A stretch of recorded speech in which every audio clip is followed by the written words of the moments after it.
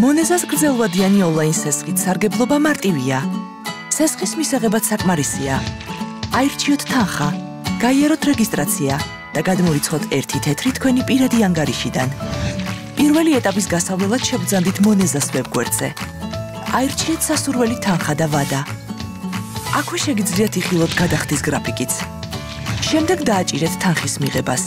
შეიყვანეთ თქვენი საკონტაქტო ინფორმაცია და პირადი მონაცემები. რეგისტრაციის დასასრულებლად დაადასტურეთ გადახდის გრაფიკი.